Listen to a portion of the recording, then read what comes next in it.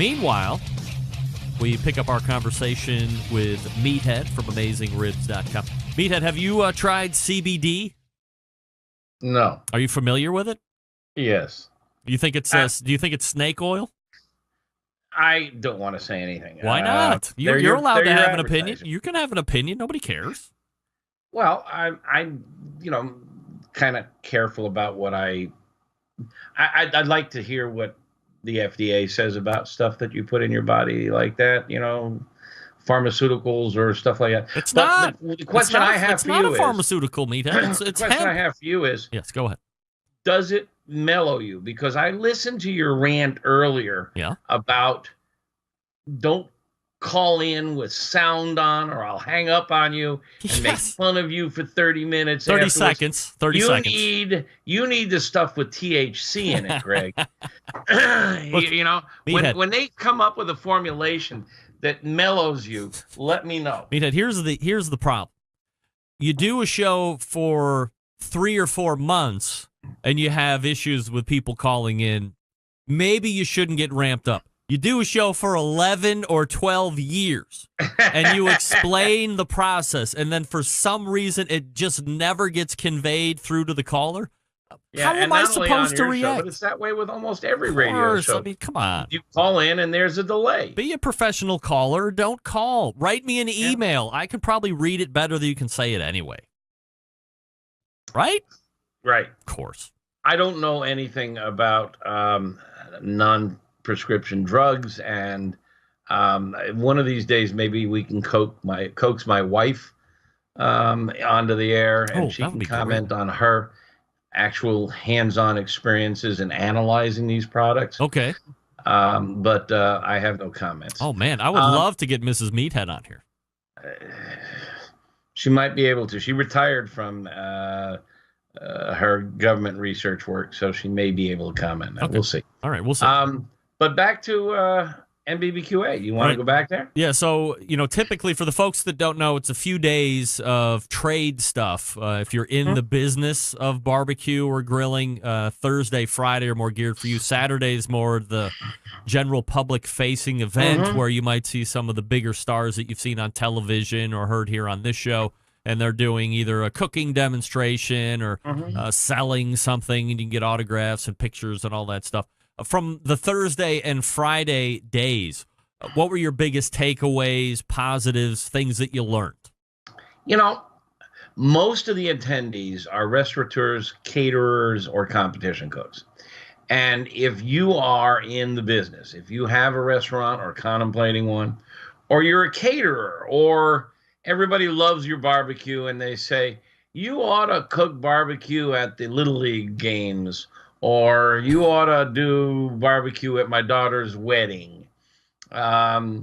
This conference would be a good place for you to go.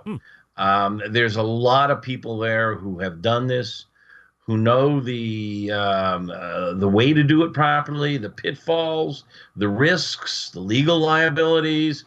Or if you have a sauce, everybody says, oh, your sauce is so good, you ought to bottle it and sell it. Yep. There were several seminars on how to get your sauce from your kitchen to the grocery store shelves, the process, what you have to do, what it can cost you, the techniques. And there were there was a breakdown of a hog demo, which is always interesting to watch. Of course, you can see it on YouTube. Actually, the session I found most interesting is there was a company from Chicago whose job is they gather restaurant menus from all over the country, thousands of them, and break them down into words, put the words in a database, and study which words are most frequent and which words are occurring more this year than last year. Things like gochujang or chorizo or St. Louis cut, or these are words that maybe you don't see very. We never saw St. Louis cut on a barbecue restaurant menu until maybe 10 years ago. Now it's more frequent.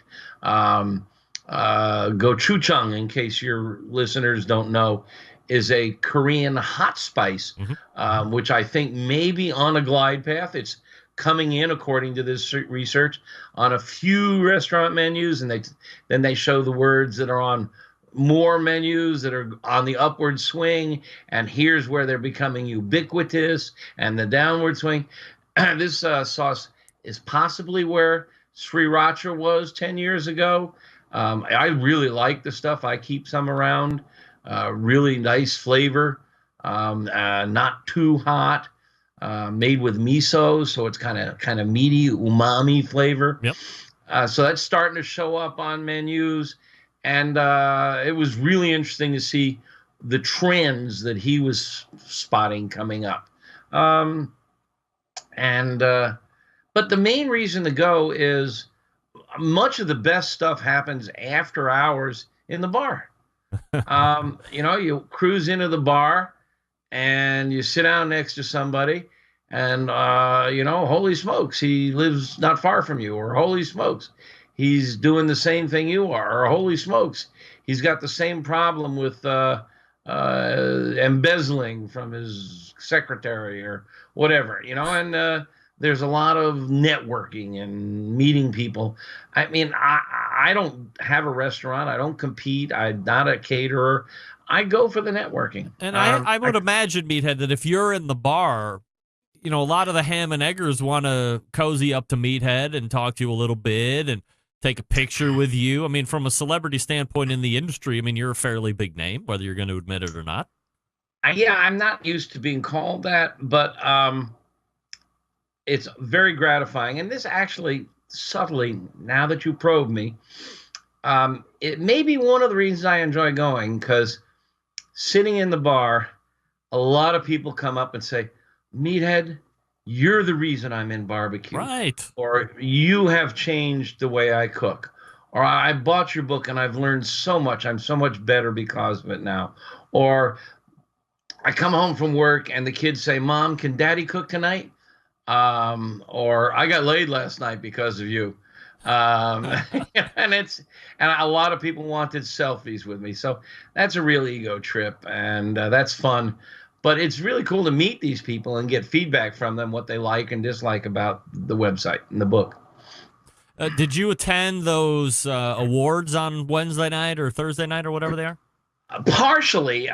They tend to run late, Greg, and I'm getting to be an old man, and the events start early in the morning, so I did not sit through them all. And I noticed that when you promoted tonight's visit, that you said I would comment on them. So I went to their website today to get a quick look at what was there, because I knew about some of them, and they haven't updated. They got some of them. They haven't got all of them. The website's a real mess, so I don't know what they've got. I do know Tuffy Stone won for the best book. All right. And that is well-deserved. There's a new website out of Australia that won an award for blogs. All right, Meathead, hold on. I got a problem with that. I got a problem with you. I mean, you know who that is, right?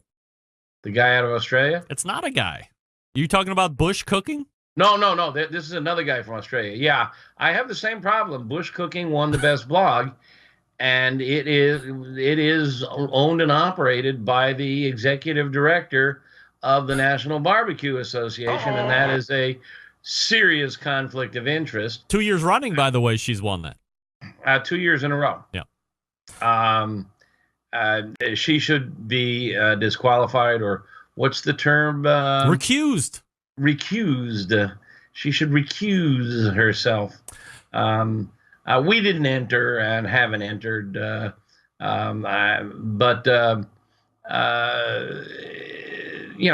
it's odd that the boss. I mean, that happened 2 years ago at the International Association of Culinary Professionals, that one of the board of directors won a top award, and they immediately wrote a new rule. Absolutely not, forbidden.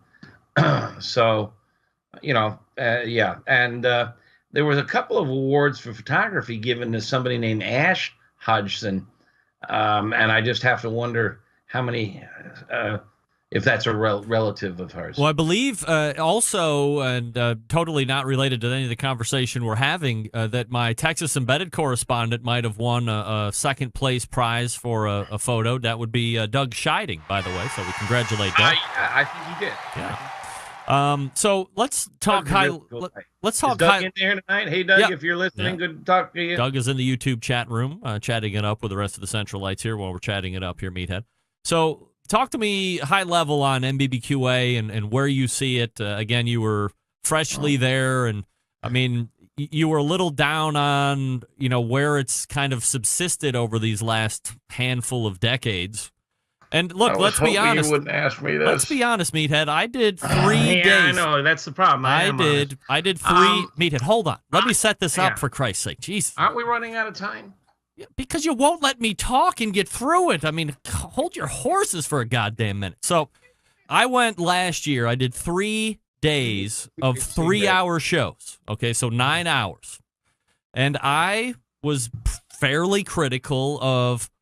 What is NBBQA? Should it always be a trade show, or is there a way to make it both trade and potentially get more visibility from the end user side or the backyarder side? And No Names Please might have been offended from my line of questioning because I asked a lot of people that I brought on as guests. I mean, why not? I'm there. Nobody's bought and paid for me there. I'm allowed to have my own opinions. I'm not ragging on anybody, but I'm just trying to say, if you've been around for so long, should we only view it as a barbecue industry trade show, like a car show, like a truck show, and that's it, and that's fine, and however many members you get, that's what you have? Or can you expand it into something a little bit different where you can invite a backyard warrior or a consumer in and everybody can share in it over the course of those 3 or 4 days? All right, here I'm going to start with the 30,000-foot view. A lot of not-for-profit organizations have a structural problem. The structural problem is that they hire somebody called the executive director or the executive secretary to run the organization and work on it substantially full-time. At KCBS, it's Carolyn Wells. Now Heath Hall is involved. And whether it's the Institute of Food Technologies or the medical associations, generally there is a individual or a team of people who are hired hands that run it. And then above them is a board of directors. Right. And the board of directors is usually made up of involved, interested members. And they're elected by the members. And their role is to guide the hired hands, to guide the executive directors. And the problem that a lot of these organizations have is that the board of directors parachute in from all different parts of the country, all different parts of the industry. So in our case, you got some competition cooks, you got a restaurant owner, you got a caterer, and they or some guy whose full-time job is a computer IT guy, and he's doing part-time catering or whatever. And they come in with a lot of ideas and notions, and for the organization to be successful, the executive director has to be really good, really smart, really strong, and has to be able to manage them as well as they manage him or her. The NBBQA had such an individual, a guy named Stewart, and Stewart ran a heck of a good conference. But he was very controversial. It was very difficult to deal with. A lot of the board disliked him. I had issues with him, and they fired him. They hired this Saffron Hodgson, who's a really smart woman. Totally. Really loves barbecue, really on her game, but she has never, ever done anything like this before. And she's never run a conference, never run a society. And I think she has a lot to learn. There were some serious issues, like they ran out of food at lunch. Well, Excuse me? This is a food conference? There's a buffet line, and there's 30 of us here, and there's nothing to eat. Little stuff like that. There wasn't time between seminars. Usually you put 10 or 15 minutes between a seminar so you can go to the toilet, or you can call the office, or you can visit with somebody. There wasn't much time between seminars. They moved seminars around, so you go to a room for a seminar and it's not there. It's in another room. I mean, these are just things that a really experienced conference manager, executive director knows not to do. Mm-hmm. And so there were a bunch of those glitches, management glitches. This year, unfortunately, a lot of really important barbecue people did not come. I don't know why, but a lot of the people I look forward to seeing were not there, and it was unfortunate. Some of them had good excuses. Mike Mills had just gotten out of the hospital. Yeah. Linda Orison, outgoing president 2 years ago, a real mover and shaker. Her daughter had a baby. Right. There were just others who were, Barry Sorkin from Smoke Barbecue here in Chicago usually goes. Sweet Baby Ray, they weren't there this year. I don't know why. I haven't asked. I heard a bunch of people say that they probably won't come back next year. And that concerns me because I think it has potential to be a great group. But the problem is it's also a very small group. They only have 600 members. It's puzzling with perhaps 7,000 barbecue joints in America. Who knows how many caterers? They can only get 600 members. It's not expensive. The conferences, a lot of the sessions are worthwhile. I just don't know why they have never really taken off. And I don't know I don't think this year was the springboard. I think this year might have been a bit of a setback. Well, I mean, to be fair, when I was there last year, I saw a lot more big names in Kansas City than I saw in Texas last year. And I heard a lot of the same sentiment. I heard a lot of people saying, hey, I'm not going to come back next year, or this isn't what I thought it was going to, or I spent all this money and this is what I'm getting. So I think that you're probably not seeing a dive down, but you're probably not seeing, as you had mentioned, a springboard. It's probably a lot of the same. I'm going to be back next year, I hope, if time permits. They're going to be in Louisville next year. Louisville's a lot of fun. I've been there recently for a food conference. As I said, if you are in the restaurant business or contemplating being in the business or the catering business, there's a lot to learn. There's people you'll meet. There's a lot of networking. There's people who will help you up. I know of a couple of sauce people who said to a young woman who was just getting started in the business, give us a call when you get home and we'll talk you through this. That's really cool. And it's in Louisville next year, huh? Louisville. All right. Well, I think the volleyball schedule will be freed up quite a bit here next year. So, and I know how to drive to Louisville because I go there a whole bunch for volleyball over the course of the year.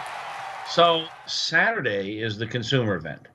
And outdoors, they have this big, beautiful park right across from the Marriott where the hotel was. Mm-hmm. And they had a whole bunch of barbecue teams and others, Operation Barbecue Relief and others, cooking up barbecue and serving it. And it was open to the public for $40 a head. $40 a head? I mean, you can get real good. Holy moly. You can go to Q39 and not pay $40 for best barbecue in town. Wow. So there weren't many people there. And one or two of the members convinced them to lower the price. And there was a volleyball tournament in town. Oh, yeah. High school girls, you're like your daughter. Yep. And they were staying in the hotel. A lot of tall, leggy young women in gym shorts. And when they dropped the price to $10, they all piled in. Oh, I bet. And they were having a blast. They were just covered in barbecue sauce, and they were just having fun. And their coaches and their parents were in there with them. They still didn't have a very good turnout. They didn't make much money at it, but it was a great event. And it's just too bad they couldn't turn it into a profit item. But I know how much, and your listeners may know also. Greg's oldest daughter is a pretty serious volleyball competitor, and getting a scholarship, as I recall, That's right. to college. That's right. And this, I had no idea about this world, but it's a whole nother world. Like It's we're a in world. barbecue, Right. this high school amateur league volleyball tournament world where you, Greg, and your family travel on weekends to tournaments is massive. Oh yeah, Massive. yeah. It's a whole industry in its own. Yeah, they were all over the hotel. I mean, you had all these fat, craggy, bearded old men like me, and all these tall, beautiful, elegant, leggy teenage girls in shorts. Hard to differentiate between the two, I'm sure. Yeah. Wow. Meathead can be found at his website, AmazingRibs.com 24/7. If you have questions, you can get at him there. You can join the Pitmasters Club, of course, and get some really great exclusive content for less than $24 or less than $25 a year. And you can find him right here on this very show, the second Tuesday of every month. Meathead, always appreciate the time. Always good to be with you in the Centralites, and we'll see you next month. Same right. time, same station. Hey, wait, before we go real quick. Yeah. Go ahead. I'm going to be judging a hamburger contest from 6 to 8 next month. All right. Prior to your show. I come on at 8:14. So we may do a remote from a hamburger taste-off. All right. Well, we'll get the logistics figured out. I'll touch and we'll base try with and you make that later. All right. So maybe next month's topic will be hamburgers. All right. Sounds good. There he is, Meathead, everybody. And could he say leggy one more time? AmazingRibs.com, his website.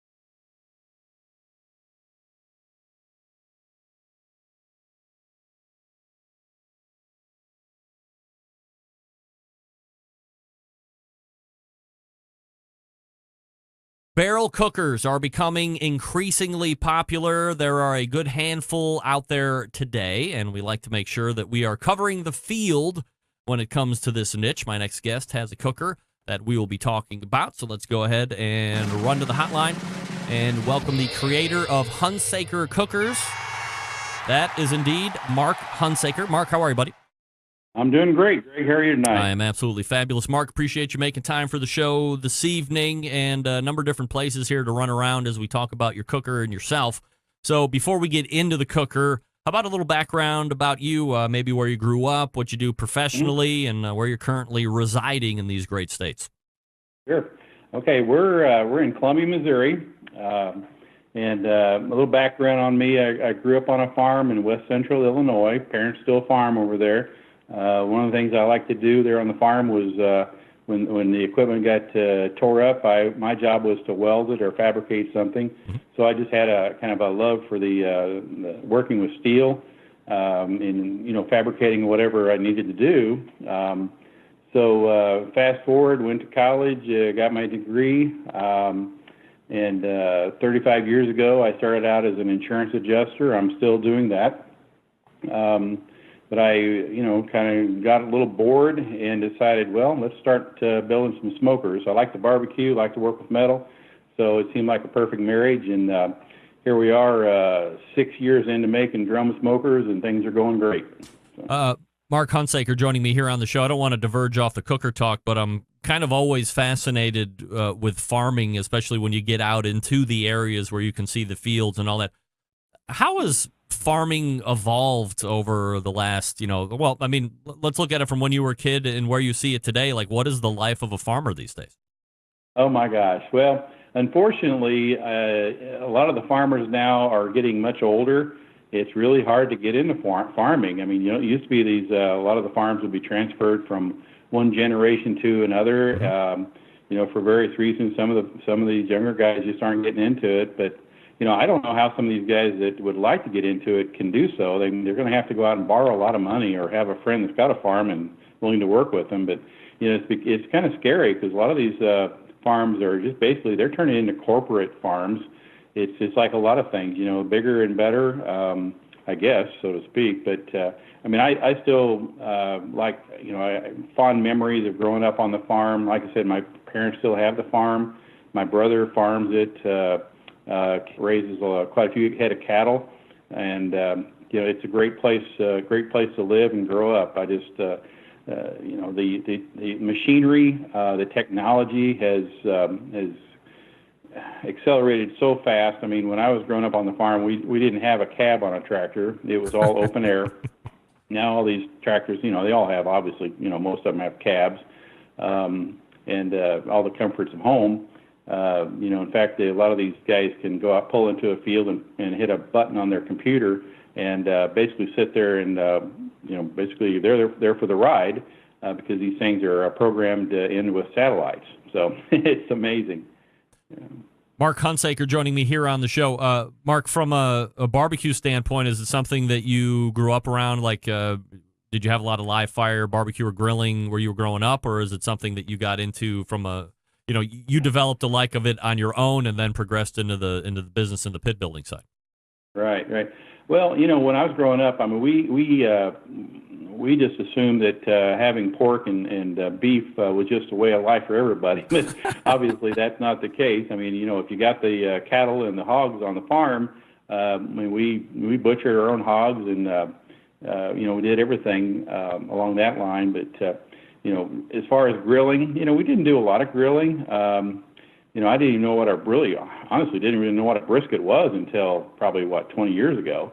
Because we ground it up for burger, so we didn't have a clue what that was. But our grilling basically consisted of like a lot of guys, the charcoal with the lighter fluid. We all have that. A lot of us have that imprinted in our sensory, our senses. So don't use that anymore, of course. But didn't do a lot of barbecuing at home. Even though most of it was stuck in the oven and broiled. So But as far as the current situation, we enjoy doing a lot of barbecuing here. I do a lot of barbecuing just out of research too, to see how things are working with regard to our smokers and our grills. So obviously the fabricating is self-explanatory, but when you start to get into making cookers, is there any particular reason why a barrel-style cooker stuck out to you versus something more traditional like an offset or something else? Yeah. Well, I started building these smokers about 20 years ago, and they were insulated, the gravity feed, the rotisseries, the big heavy ones. And then about 6 years or so ago, I was at a local barbecue contest here, and it's in February. It was like a foot of snow on the ground. They were using plows to get the snow out of the way for the competitors. But I noticed there was a team that had these drums, and that kind of piqued my interest, thinking, well, it sure would be a lot easier to make a smoker with a drum than it would be me fabricating things from scratch. And got to looking at it a little bit more, and I thought, well, I could start making those things. So about 6 years ago, started making them, and the first few were pretty rough, and we've constantly made some changes here and there, and here we are 6 years later, and we feel like we've got a really good product going now. All right, so let's talk about the Hunsaker cookers and why you think these might stand out compared to some of the other models that are out there. Well, a lot of things that we do with ours are done with a reason in mind. We want to make it easier for our customers to have a more enjoyable experience. And we want to class them up a little bit. We're using stainless steel parts on our smokers now. That's just something that I don't think any of those the other guys are doing. We use high temp ceramic paints, and then we follow up with a high temp clear coat made by a company called Cerakote. Really good quality paint there. And we've just designed things here to even out the heat. We have the Vortex charcoal basket, which is one of our patented items in the smoker, and that was designed due to our discovering that having the conventional air coming in one or two places on the side of the drum caused significant hot spots in the charcoal. So we developed the Vortex basket, and that basically evens out the airflow through that charcoal basket and makes it basically a convection type smoker. So, and we've got some other features, the floating hinge, that works really well. That's also a patented thing that we've come up with. And we've got a few other things in the works as far as that goes. So. Mark Hunsaker joining me here on the show. Mark, if you could, I guess, try and are you able to paint a little bit of a picture of this Vortex thing that you're talking about? Because, it's when I first saw it, this is going to seem really bizarre, but I remember seeing I think it was my grandma had a candle, and you would burn it, and then above it, it had these like little fan blade things, and the heat from the candle would start making the thing spin around. I assume that's a similar concept. Yeah, it's similar there. You've got heat that's rising, and it's hitting that basically like a fan blade looking thing, and it's causing that air to mix up. So we're basically making that air do what we want it to. So it's coming in at the bottom of the drum. We don't have any pipes on the sides or any intakes on the sides. It's at the bottom center of the drum, and we did that for a reason, to force the air to come in around and through the Vortex charcoal basket 360 degrees instead of just one or 2 points, all geared toward trying to make things so it would evenly give you a much more even cook. But yeah, I remember those things you're talking about with the candle and the little fan things. Those are kind of cool. We saw them a lot of times in those fake fireplaces too. Oh, really? Yeah. So this is a patented item. It is. Yeah, it's a patented design. We've actually just recently made a change in the design. We purchased a CNC plasma table. It's a computerized table that's designed to cut things based on a computer program. Mm-hmm. And so we've taken liberties with that, and we have actually developed a new charcoal basket that's even heavier and a little larger than what we had before. And we designed that to help our customers get a little bit more time out of these things. but also make it easier for us to ship things, because the old design, we had issues with occasionally we'd have issues with the shipping companies smashing them. So we designed it so that takes that pretty much out of the equation.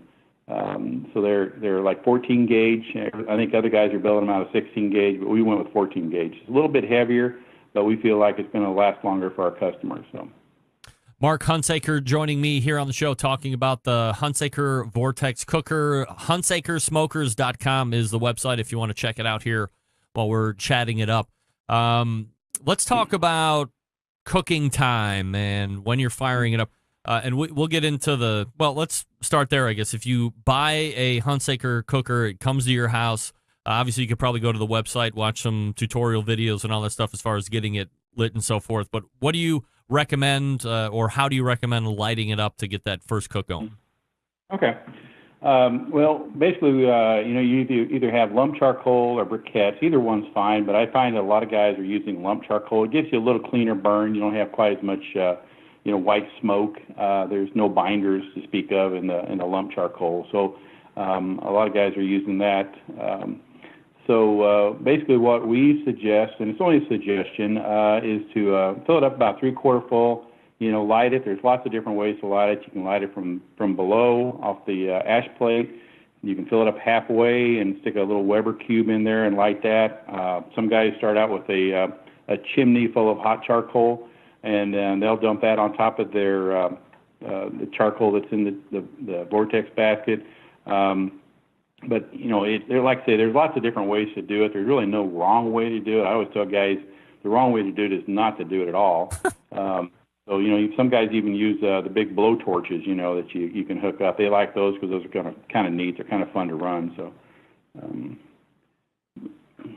is there a seasoning process? So if I buy it from you, Mark, and it shows up, is there a first initial burn-in that I have to do, or do I want to coat it in like peanut oil or spray it down on the inside with Pam and then put a hot fire in it for a few hours, anything like that? Yeah.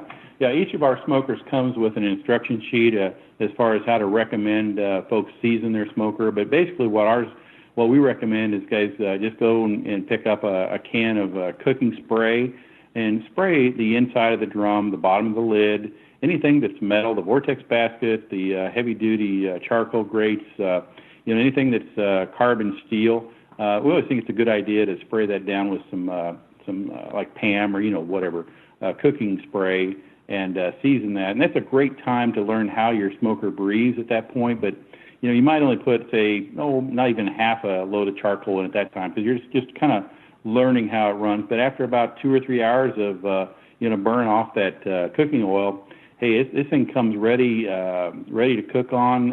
All you got to do is season it. If it's fully assembled, you don't have to put any wheels on it. It's ready to go. How much meat capacity can you put in it? And I guess the better question up front is, do you have one size of cooker available, or do you have bigger and or smaller ones? Yeah.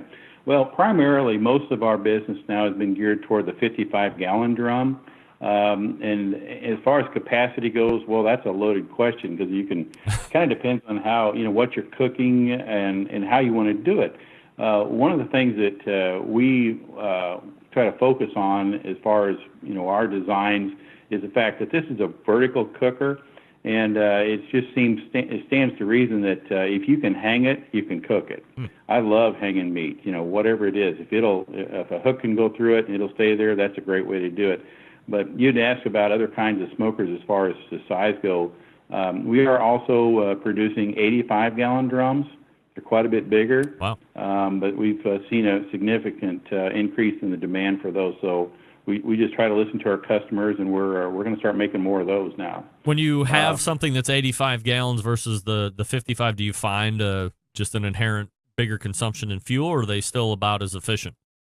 It's crazy. You'd think it would consume quite a bit more charcoal, but it really doesn't. In fact, what we've noticed is with the 85-gallon, it actually seems to breathe better than the 55-gallon. I don't really know why, but it does seem to do that. Now, I will say the 85-gallon drum smoker is not on our website yet.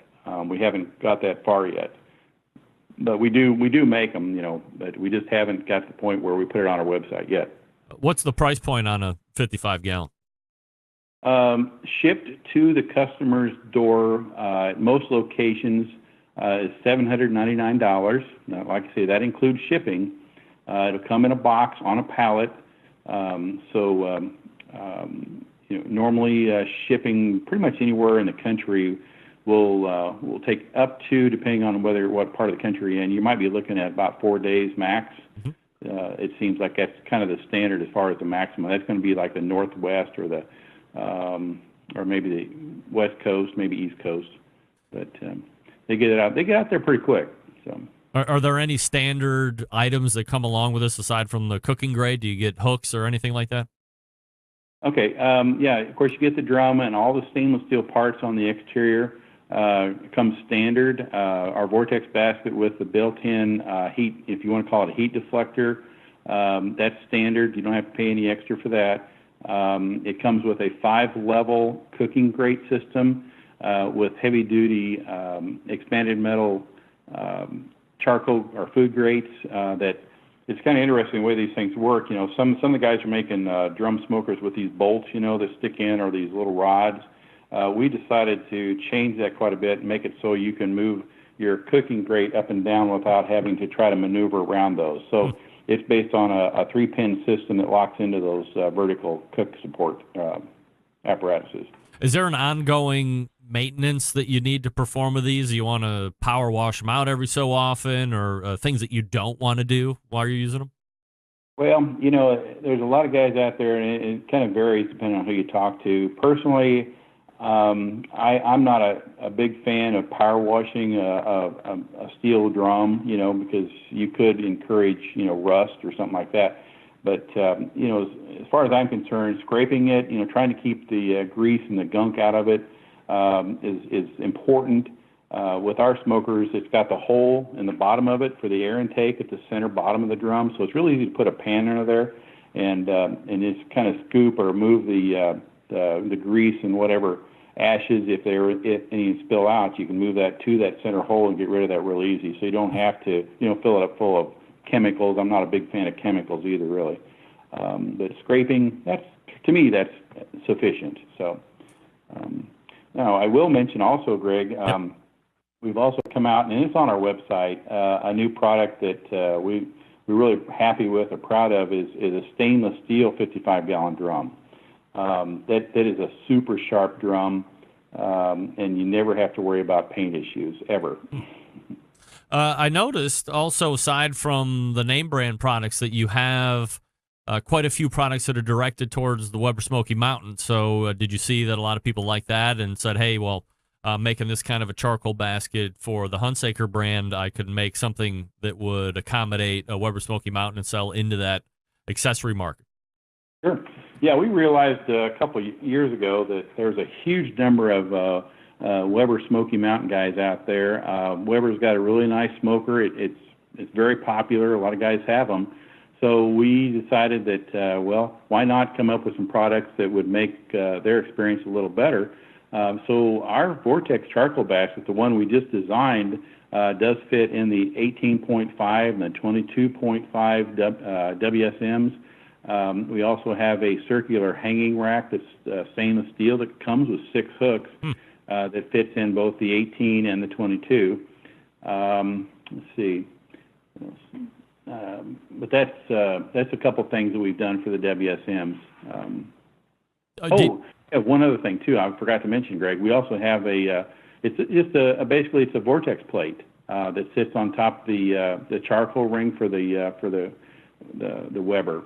So that works out well too. Do you sell a lot of Weber Smoky Mountain accessories through your website then? Yeah, we do actually. We sell quite a few of those things, especially the Vortex basket and the hanging rack system. A lot of guys are really getting into hot and fast on the Weber side of things. A couple years ago, when I first started trying to talk to these guys a little bit about hot and fast, that was an uphill battle. Yeah. A lot of guys were still into low and slow, and there's nothing wrong with low and slow if you got plenty of time to do it. But hot and fast is great. It just takes a little more prep on the front end. You definitely want to trim all that fat off because you don't want that to catch fire. another neat product, Greg, we just put on the website tonight on Hunsaker Smokers is our hybrid food grate. It's really neat. It's got a pull-out bar that you use to hang the meat with, whether you do ribs or chickens or whatever, and it's got a flip-over door. So you flip the door over, you put the rod in, and then when you're done cooking, when you're done hanging, you can flip the door back closed, and now you got a full-size stainless steel grate now to work with. So, like I said, we just put that on the website tonight. Are you sponsoring any teams, or do you know any competition teams that use the Hunsaker smoker? Oh, yeah. I hate to think how many Hunsaker smoker teams are out there. There's several hundred, I'm sure. Really? But it's sponsorship. I don't know. We do kind of help some guys out that have a good social media presence. Mm-hmm. We try to help them out a little bit if we can. We're just not in a position to actually fully sponsor any of these guys, but we do try to help them out, though. Do you foresee the smoker business like turning into anything more than it is currently? Sure. There's really no end to this. It's just a matter of coming up with new things for the cook and making more products. We're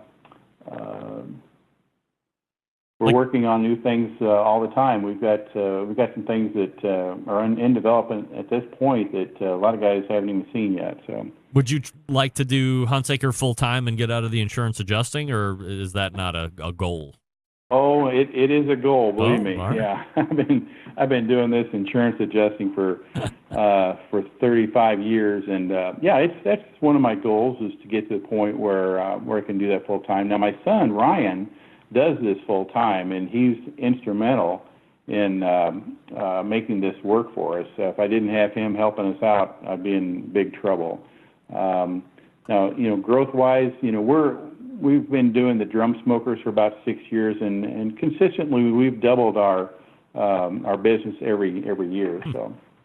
We're talking with Mark Hunsaker, the founder of Hunsaker Smokers, and you can find them at hunsakersmokers.com. We'll have a link, obviously, in the post show notes as well. So if you are in the market for barrel-style cookers, here's one that if you're not familiar with, you're going to want to check out. Make sure you give consideration to. Mark, really appreciate the time tonight. Thanks so much. Well, thank you, Greg. Appreciate it. You got it. There he is. Mark Hunsaker from Hunsaker Smokers. As I said, they are really, 6 years in now. I like to think I have my finger on the pulse, but obviously I missed the pulse of that a little bit. 6 years now. And doubling in size every year, so that's good growth. Not crazy growth. But I think probably in his position, you probably don't want crazy growth. A little more controlled. According to David Platt, Amazing Ribs gave a Hunsaker the gold grade or the gold award. So congratulations. I'll talk to you quickly about Southside Market and Barbecue before we go to the open segment. Attention, folks, in the business of barbecue. First, let me tell you quickly about Southside Market. Established in 1882, Southside Market and Barbecue, the oldest barbecue joint in Texas. They've been owned and operated by the same family for 3 generations. They offer premium Central Texas barbecue products, slow smoked over real wood. Shipping, distributing, manufacturing sausage for companies across the U.S. From food trucks to multi-chain restaurants, Southside Sausage can be on your menu too. All meats are processed in the on-site USDA-inspected facility, a trusted partner with a focus on quality and authenticity. Wholesale options available, shipping nationwide via FedEx, food service distribution via Sysco, U.S. Foods, and Martin Foods. Co-packaging capable from research and development to package completion. They can also follow your recipes or help you develop something new. Private label opportunities also available. Visit SouthsideMarket.com for more information or to purchase all of your goodies. Have you tried their hot guts, their jalapeno cheddar sausage, their sausage slammers, all their other sausages, the ribs, the briskets? Come on, let's give it a try. Save 10% when you use code BBQ Central at Tex House. That's right, at Tex House. Checkout. Go to SouthsideMarket.com. Load your card up. Then at checkout, you can save 10% when you use code BBQ Central. It's Nick and the gang over at Southside. Appreciate their support as well. Did Nick go to NBBQA this year? Anybody see Nick? All right, we are an open segment now, 216-220-0966. That's right, 216-220-0966. Or you can email the show in lieu of a call, Greg at the BBQ. What? TheBBQCentralShow.com. And we'll be back right after this. Stick around.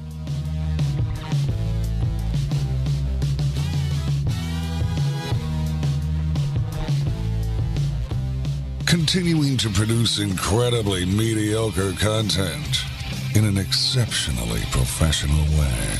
You're listening and watching the Barbecue Central Show. Once again, here's your host, Greg Rempe.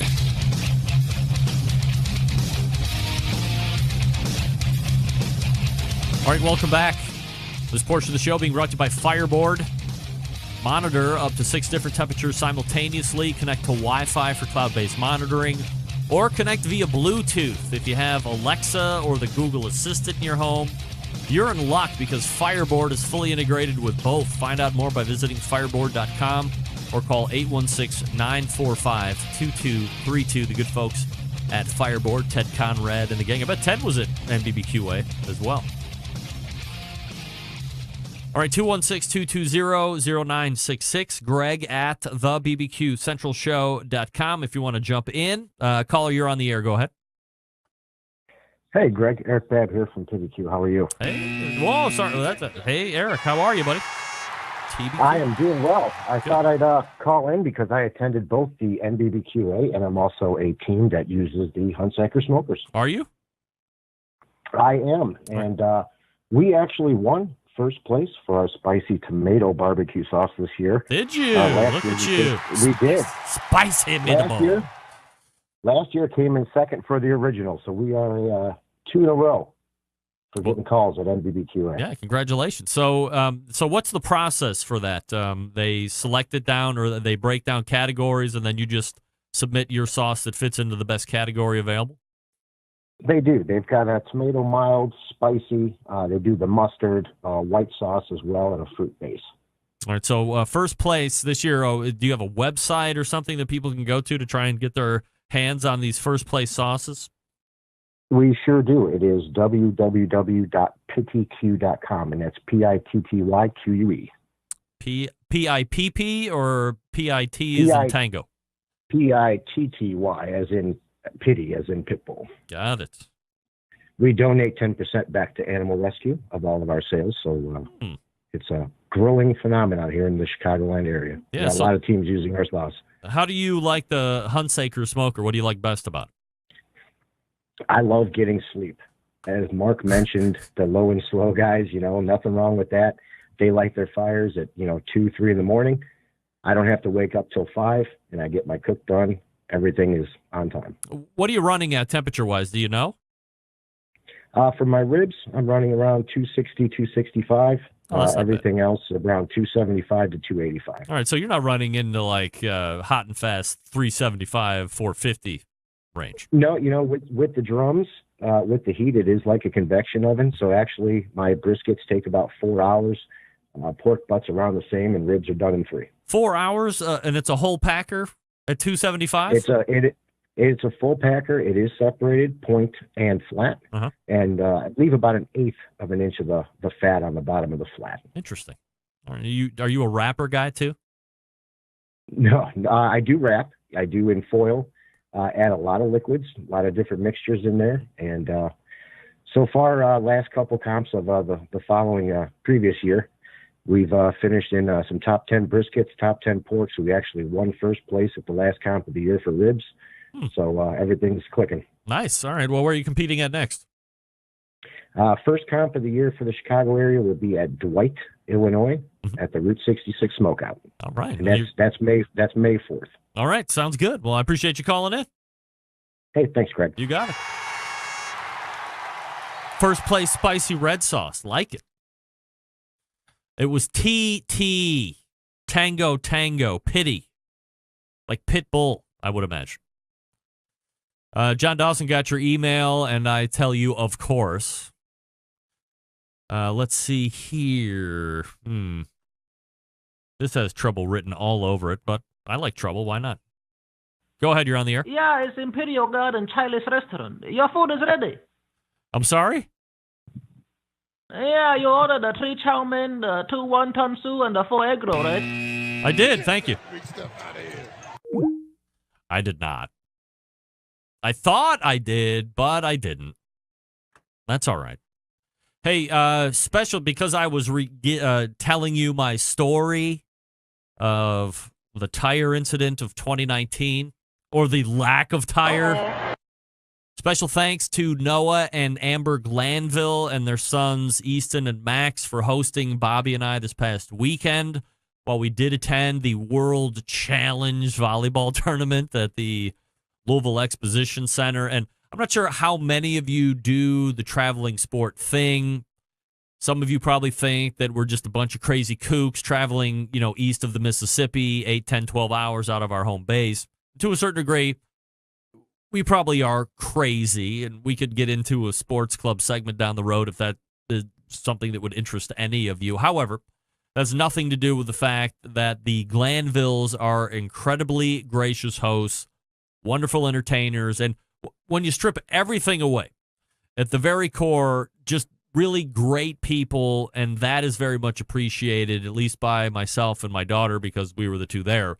And it makes a huge difference when you can go back to a home and hang with folks instead of just being holed up in a hotel room after you're done playing volleyball for the day. And depending on what portion of the day it is, there aren't a lot of other options to go and do.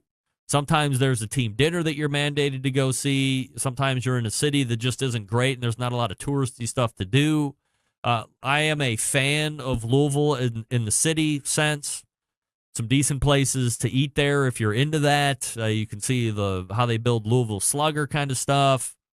Churchill Downs is right there. So, a few things that kind of trip my trigger, but it's really nice to be able to go back to a home and be able to decompress, get the proper rest so you can line it up and then do it again the following day. Now, from a play perspective, the girls were horrible this week. The last 2 tournaments, I'm scratching my head at how the hell these girls qualified for nationals that'll take place in Dallas, Texas in 2.5 weeks' time. But they did. I can't deny the fact that they did. So we'll have to see how it goes. Also, huge thank you going out to Anella Kelso and the gang over at Snake River Farms for sending out their dry-aged tasting pack, which included a New York strip, a porterhouse, and a ribeye. All were huge. We ate those for dinner this past Friday night. All steaks are aged to 45 days. So as we break down my dry-aged palate, the funk is just starting to bud or build in at 45 days. I'm a firm wanter to tryer of a 70 to 90 day. I think that's going to be my next venture. LaFrida is like, he had 70-day dry-aged steaks, and then I texted with him earlier. I said, hey, you had 70. I don't see 70. Are they coming back? He's like, yeah, we're catching up because I think dry aging is just huge right now. So a guy that's literally doubled his dry age production isn't able to keep up with demand, but they are slowly chasing and getting back to normal or to the levels that they feel comfortable where they can offer those 70 days. So I think that's where I want to see if it gets too funky. Is it funky enough like the DOC? But no surprise that they were prepared on a pit barrel cooker, of course. And while I have used the pit barrel cooker for traditional barbecue stuff, and I also do chicken wings and chicken thighs on there quite a bit, grilling on the pit barrel might be more in my wheelhouse than I actually originally anticipated. So I will be doing that more this spring and summer to kind of hone in on those grilling skills when it comes to the pit barrel. Now, I know my neighbor Desmond, who might singularly be the biggest fan of the pit barrel cooker ever, he kind of keeps it on his portion of the property line in the compound. So I'm going to have to jerk control of that back over. And, of course, Noah runs some custom-made grill grates in his pit barrel cooker. And I don't know if I want to bother doing that. It's not a mandate. Or maybe I could rip some old grill grates out of my Icon grill and cut them to fit, I guess. I couldn't do that because I'm not handy, but I'm sure some of my friends have saws that would cut aluminum or something. I could stick them in the pit barrel there and do some steaks and all that. But, man, these were absolutely spectacular steaks, again, at 45 days. Available for sale on SnakeRiverFarms.com. If you go to the dry age section, I think it said beef tasting pack or something like that. But it's got the porterhouse, the strip steak, and the ribeye. They're all very big. They all had a nice funkiness to it, but it's not overly funky, if I can say it like that. Not too much funk. All right, let's go ahead back to the hotline. Caller, you're on the air. Greg, what's up? It's Hootie from Blocus Barbecue. How you doing? What's up, Hootie? Hey, we missed you out in KC this week. Nobody missed me. Let's be honest. Let's be honest.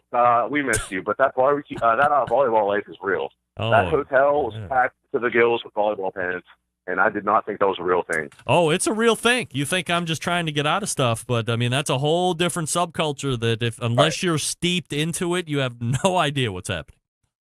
Well, you were off the hook this year, but I hope to see you next year in Louisville. Yeah, I think we're going to be doing. So what did you think the best NBBQA moment was for you?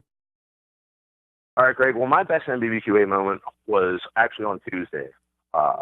I stopped in the KCD offices right as soon as I got in town, so I'm going to check out those digs. Walked next door to Boulevard Brewing to see none less but Artie Davis and Meathead having a beer. Really? So, so I joined up with those two, and I went to Tenderloin Grill with them and actually had some pig snout. Look at you. So, by the way, I did get that email that you sent me. I just haven't been able to flash them. I'll probably flash them up next week. But what did you think of a pig snout sandwich? That's something we do not have up our way, Greg, but it was delicious. Like Meathead said, they cooked it in a pressure cooker for about 2 hours and actually allowed it to steep in those juices for another 20 minutes afterwards. So it's really tender and really broken down, and it was a mustard and hot sauce that they actually put on it. And it was a delicious sandwich. Can't say I'm not going to eat one every day, but it was cool to experience that with Meathead and Artie Davis for sure. Then after that, me and Meathead got dropped off by Artie over at Jack Stacks. Had a whole full tour back to the kitchen, learned how the process they make their lamb ribs, which was really cool. So, that to me, that's my best day. But, it's all for me, NBBQA, the seminars and all the sessions are great. But like Meathead said, it's about the networking, about being at the bar afterwards, all the characters you get to talk to. But there were some great seminars. Who was the biggest star there that you saw, in your estimation? Who was the biggest star? Myron Nixon, probably from the Meet the Masters panels. I mean, Myron usually takes the cake as far as barbecue stars, as we all know. So, yeah, Mr. Joyful was there, giving a good talk upstage, though. It was him, Stretch from Grinders, yep, that guy Charlie from Chicago Culinary Kitchen, and good old Junior Urias. And Michael McDearman was up there emceeing, and, he's a great MC. You like him? You think he does a good job? I think Michael McDearman does a good job. He has good command of the English language. Well, that's key to be an MC. If you don't talk very well, you're a crappy host. Hey, we still got to get you in the Barbecue Hall of Fame, Greg, but we're working on it. Yeah, we'll see about that. Hootie, tell everybody where you're selling barbecue. This Hootie's in Pittsburgh, by the way. All right, we are in Pittsburgh, Pennsylvania. Our prime thing is catering, and we're also a barbecue food truck. Every Friday night, you can find us at Brew Gentleman in Braddock, and also Roundabout Brewery in Lawrenceville on Saturdays. All right, Hootie, appreciate you calling in this evening. There he is. It's Hootie, everybody. If you're in the Pittsburgh area and you like Pittsburgh coming out of a truck, or you want your event catered, get in touch with Hootie. Hootie's Barbecue in Pittsburgh. You can find him. He's on the Facebooks, too. All right, I am well late, but that's all right. Do I have anything? Yeah, Green Mountain Grills. Let me talk to you about some of the best pellet cookers out there on the market today. Green Mountain Grills introducing their Prime line a couple months ago. You can look into the pellet hopper now. You can look into the cooking chamber now, both on the Jim Bowie and the Daniel Boone models. Both also accept that pizza oven insert, which you know I love, and I'm going to be getting some use out of that probably starting Friday this coming, possibly into a second day on Saturday. Also, might be grilling steaks in there on Saturday. Why not? I'm going to go get my membership at Costco because that's someplace I've never been before that Noah Glanville introduced me to, and the prime selection of beef in there blew my mind. So I'm going to be heading there. I'm going to let my BJ's membership lapse. That's right, I'm going to let my BJ's membership lapse and go get a Costco membership so I can take advantage of that succulent beef and pork and all that. And lamb. They have lamb there. That's where I like my lamb. GreenMountainGrills.com. If you want the portable one, the Davy Crockett, 12-volt technology on all of these. They have pellets, they have rubs, they have sauces. Come on.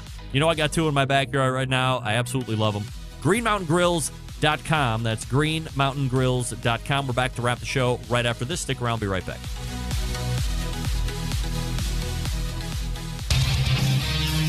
Whole packers, full racks, legs and thighs, injecting butts. If you've never heard this before, you might think you found the best XXX show ever. Let's get back to the most homoerotic host out there today, Greg Rempe. All right, we are back, and we are racing to get out on time. All the way back in the first hour, Meathead from AmazingRibs.com joined me. Big NBBQA recap. We talked about some other things as well. Didn't talk about ham, but sorry about that. Easter's coming. Also, in the second hour, we talked with Mark Hunsaker from HunsakerSmokers.com. Check him out if you're in the market for a barrel-style cooker, or at least something else to look at besides the pit barrel and the gateway, if you're so inclined. And we ended it with the open segment. Hootie called in. Pity BBQ called in. Somebody confirming a Chinese order called in, but that was a bad call. Big show planned next week already, September 11th, 2001. I will never forget until next Tuesday at 9 p.m. Eastern Standard Time. This is your program host and proud U.S. American, Greg Rempe. Good night now.